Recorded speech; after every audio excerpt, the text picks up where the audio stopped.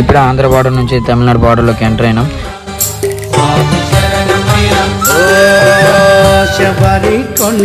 అందరికీ ఆకలిగా ఉందని చెప్పి బెక్స్ దగ్గర ఆపాము. మన ఆంధ్ర మిల్స్ తిన్నాం. తిన్నాక కొంచెం దూరం వెళ్ళాక టీ తాగాం.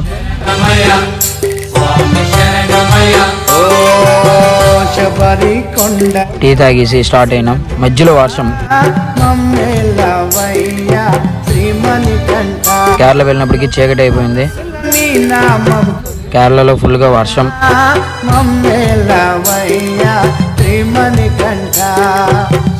ఘాటీ రోడ్లో ఫుల్గా మంచు ఇంకా వర్షం. అందుకే సైడ్ కాపేసి కొంచెం సేపు తర్వాత స్టార్ట్ అయినాం.